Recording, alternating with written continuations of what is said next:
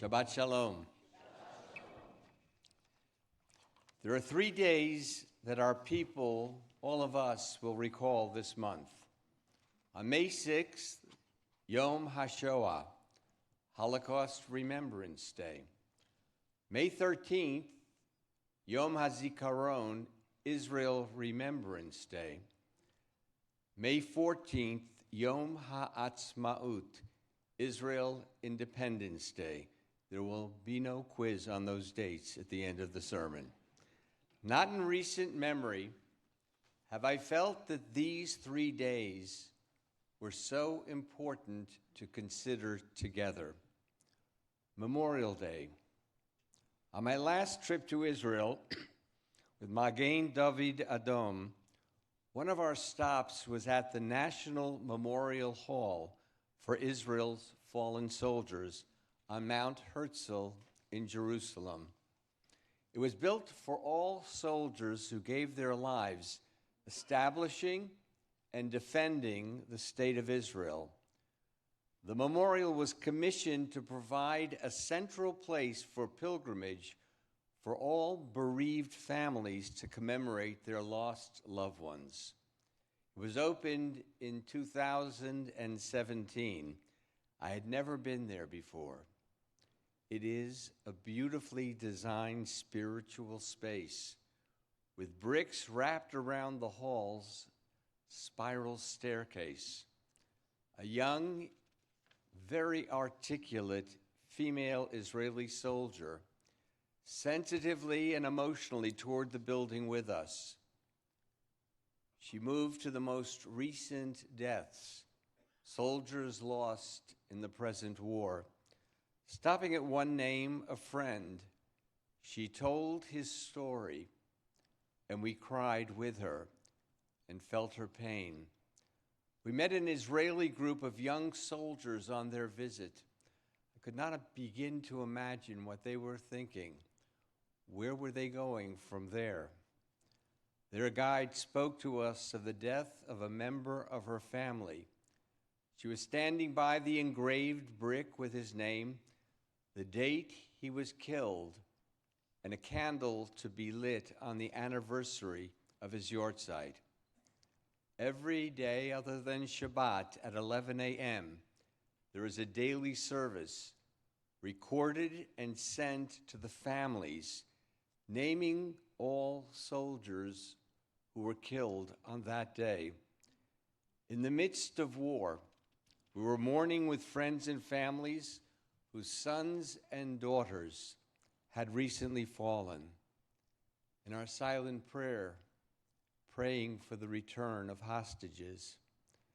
If we had been in Israel on Yom HaZikaron about to take place, this year we could not have gotten close to this building. So many mourners visiting to say Kaddish.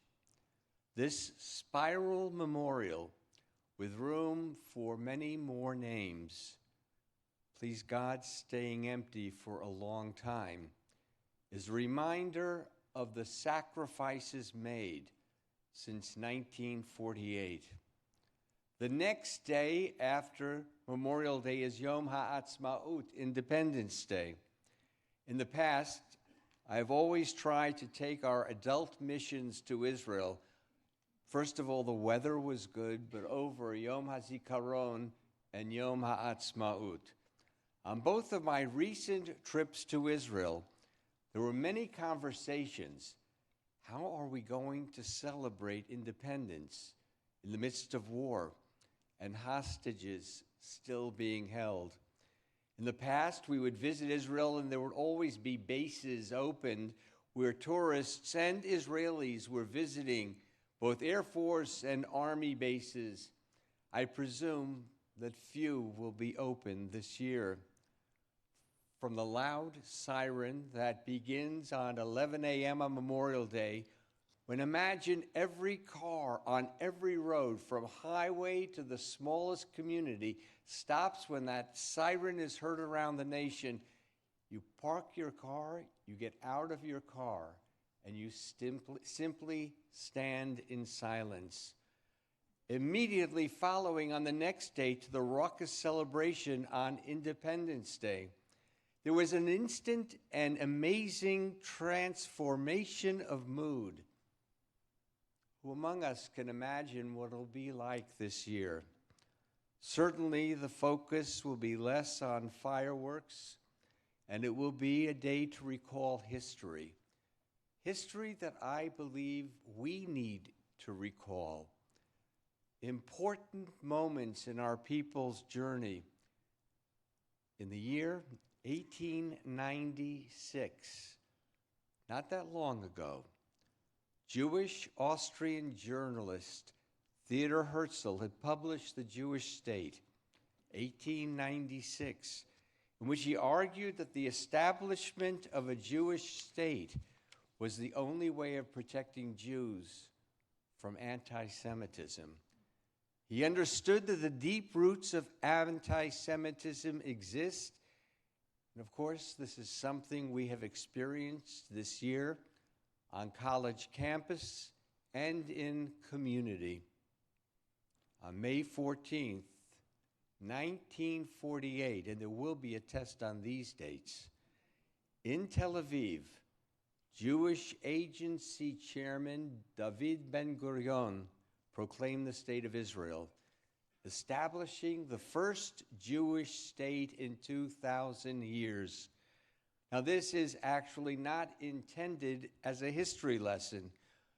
Simply, we had come home to our ancient homeland. The British Army withdrew. You know the story. The Arab armies attacked. Next year in Jerusalem, that you said but a few days ago at your Passover Seder had become a reality. Each year we have celebrated Independence Day, recognizing that there are still enemies who by charter and deed desire our destruction. Death to Jews, from the river to the sea. Zionists do not deserve to live. We are Hamas, words heard recently on college campuses. Yom HaShoah, Holocaust Memorial Day, a time to remember our 6 million and other victims who were gassed to death or gathered in graves waiting for a bullet. This week we will join together for Holocaust Memorial Day. And we are so fortunate in this community to live in a place with a magnificent Holocaust Memorial Center, with recordings of survivors, our local survivors. Their stories will continue to be told, and we will not forget our 6 million memorialized, remembered, their stories not to be forgotten. I want you to know, you cannot imagine how many times I have changed my written conclusion to this sermon. Should I focus on news that's happening every day? The warning to Hamas, respond to a generous offer, or we will continue to attack. We will bring our hostages home. Watching finally, some university presidents and leaders taking a stand with the removal of tents and the opening of captured buildings, to a recent report of a Saudi plan to recognize Israel with the potential for another step towards resolution of Arab enmity. All of the above seem possible to use in a concluding statement and to expand upon. Then I received the following text. Perhaps some of you have also read it. Not sure of its writer, but its message touched me. I know it's difficult to see positives right now with the Jew hate on campus. Let me say, the courage, fortitude, and Zionist pride we're seeing from so many students is inspiring in the face of a deluge of mindless hate. They are standing strong. These are the leaders of tomorrow. We are going to see a generation of Zionists and Jewish leaders in this country, the likes of which we've not seen for a long time. That should give us all hope. To this and other offerings of hope as we enter this month of May, with those three important moments to be shared with Jews all over the world, I say, in a world we often feel despair, let us look forward with hope, with tikvah, hatikvah, the song of our people, the song created by our nation. And that hope stands strong, and that hope will carry us beautifully into a safer and to a clearer and a better future. Amen.